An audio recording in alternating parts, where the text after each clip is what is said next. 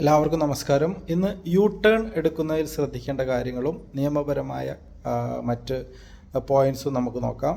U turn എവിടെയൊക്കെ ആണ് എടുക്കാൻ പറ്റുന്നത്, എവിടേക്കാണ് എടുക്കാൻ പറ്റാത്തത്, എവിടെയാണോ യു ടേൺ അടയാളം സിഗ്നലുകളാൽ നിരോധിച്ചിട്ടുള്ളത് അവിടെ ഒരു കാരണവശാലും യു ടേൺ എടുക്കാൻ പാടില്ല.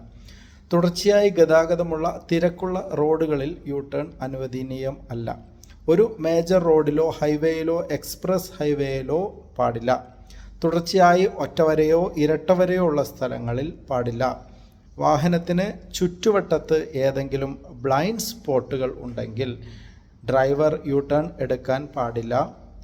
അതുപോലെ തന്നെ എതിർദിശയിൽ വരുന്ന വാഹനങ്ങൾ ശ്രദ്ധയോടെ നിരീക്ഷിച്ച ശേഷം പുറകിലെ വാഹനങ്ങളെ മിററിലൂടെ നോക്കി നിരീക്ഷിച്ചതിന് ശേഷം മാത്രം യു ടേൺ എടുക്കാൻ ശ്രദ്ധിക്കുക. കാൽനട യാത്രക്കാർക്കും സൈക്കിൾ യാത്രക്കാർക്കും വഴി കൊടുത്തുകൊണ്ടുള്ള യു ടേൺ മാത്രം എടുക്കാൻ ശ്രദ്ധിക്കുക. അഭിമുഖീകരിച്ചു കൊണ്ടിരിക്കുന്ന ഡ്രൈവർമാർക്ക് വ്യക്തമായ കാഴ്ച ഉണ്ട് എന്നും മറ്റു ആളുകൾക്ക്, മറ്റു വാഹന ഉപയോക്താക്കൾക്ക് ന്യായമല്ലാത്ത അസൗകര്യങ്ങൾ ഉണ്ടാകുന്നില്ല എന്നും ഡ്രൈവർ ഉറപ്പാക്കിക്കൊണ്ട് മാത്രം വേണം യു ടേൺ എടുക്കാൻ ഉറപ്പാക്കേണ്ടത്. അനുവദനീയമായ സ്ഥലങ്ങളിൽ മാത്രം വലിയ വാഹനങ്ങൾ ഇടതു ലൈനിൽ നിന്ന് യു ടേൺ എടുക്കാവുന്നതാണ്. അപ്പോൾ ഒരു കാര്യം നമ്മൾ വളരെ അധികം ശ്രദ്ധിക്കേണ്ടത് അത്യാവശ്യമാണ്.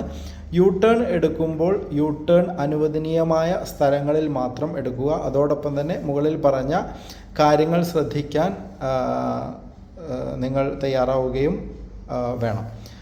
യു ടേൺ എടുക്കുമ്പോൾ നമ്മുടെ റോഡുകളിലൂടെ സൗകര്യങ്ങളും സ്ഥലപരിമിതിയും അതോടൊപ്പം തന്നെ റോഡിലെ തിരക്ക് എന്നിവ, signal system, rules and regulations എന്നിവ ഒക്കെ നമ്മൾ ഉറപ്പാക്കേണ്ടത് വളരെ ഇമ്പോർട്ടൻ്റ് ആയുള്ള കാര്യമാണ്.